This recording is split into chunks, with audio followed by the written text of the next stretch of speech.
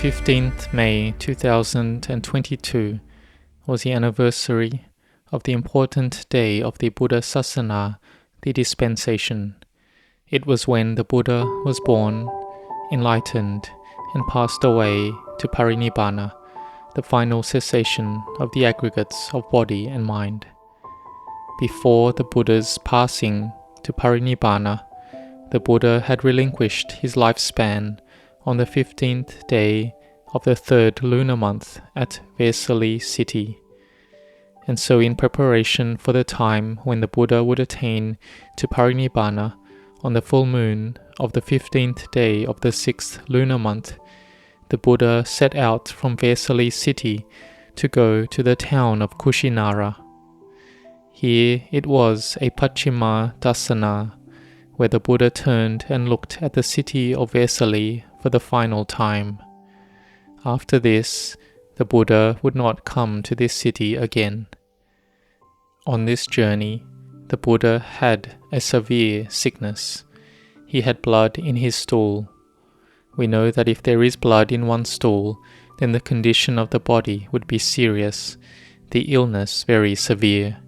But the Buddha still walked, even though he was exhausted and weak.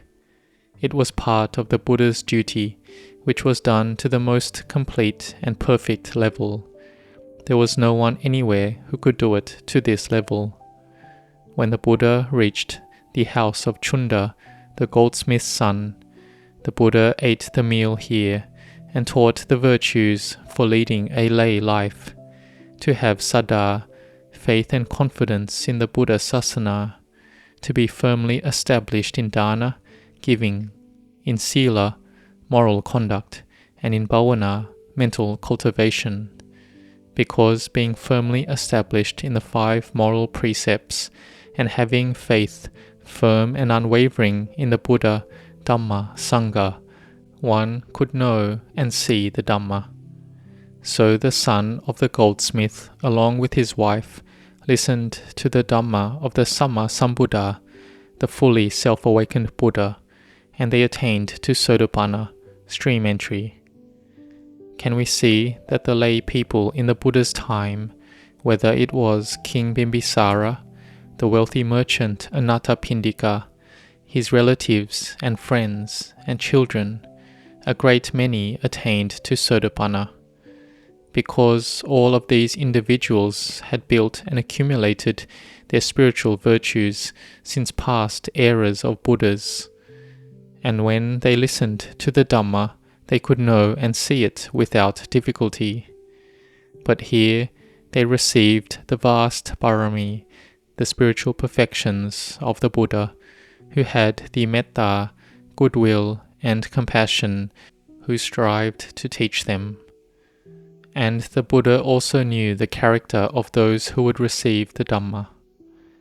And even the ascetic Subhada, who at the time had not yet attained to arahantship, but he had built parami before, together with Venerable Anya Kodanya, who was his older brother in a past life.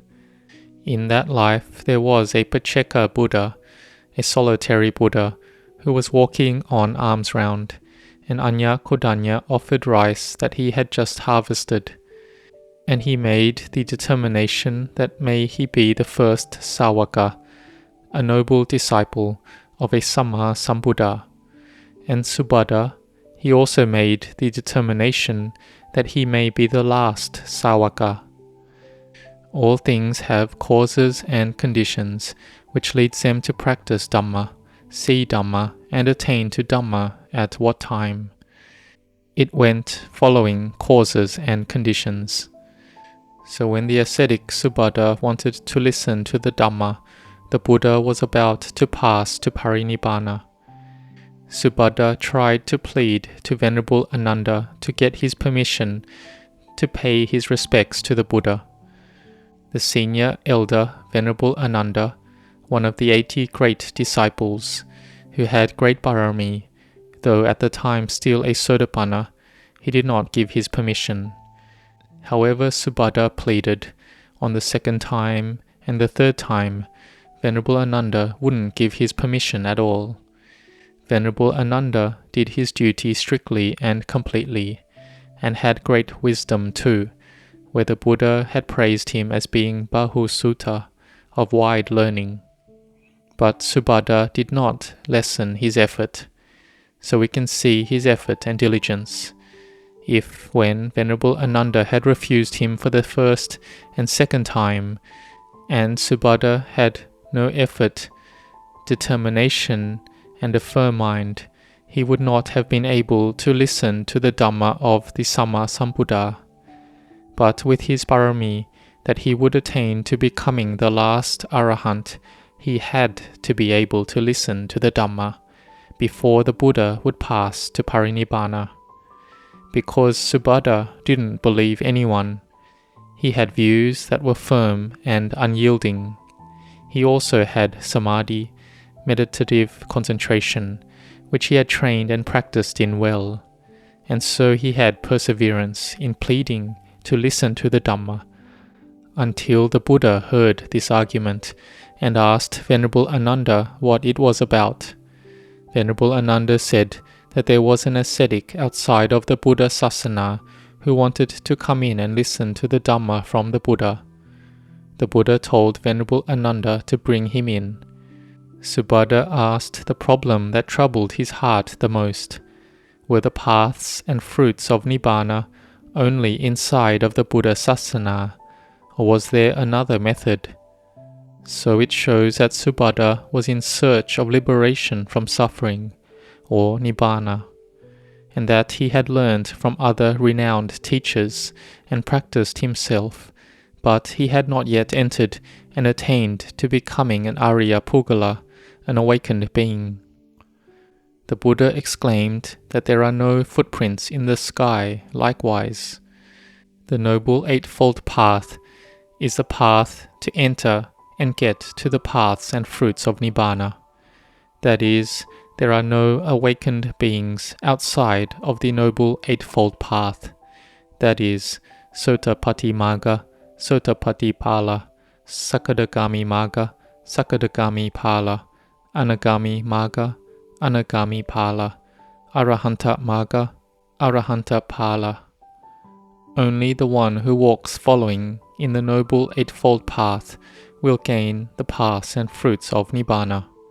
So Subhada had faith and asked for Upasampada to ordain as a monk.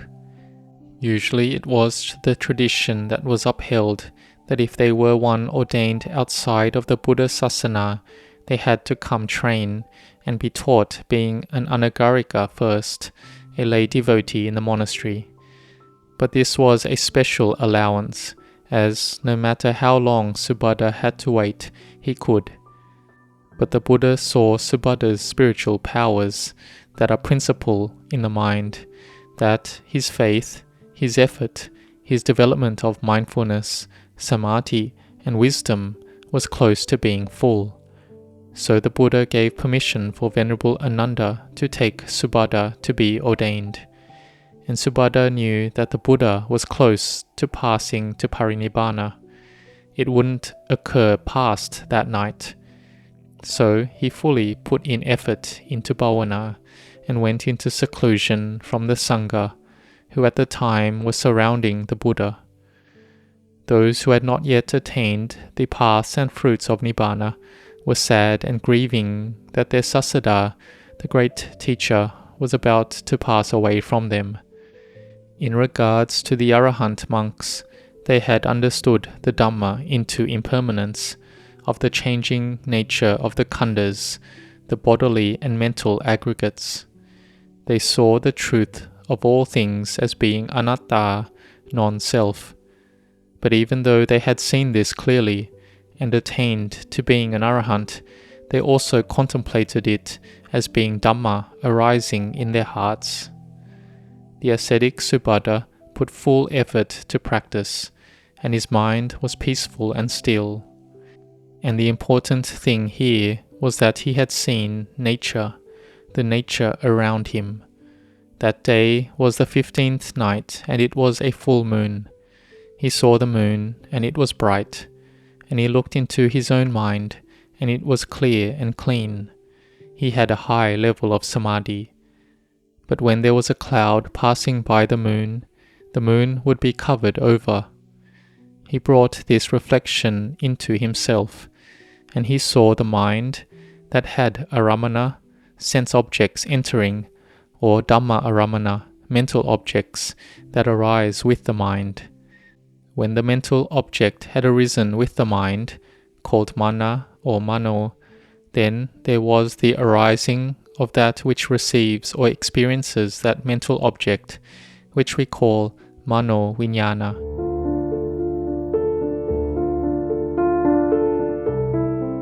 But when that mental object ceased, the experience of that object ceased, and the mind is empty once again.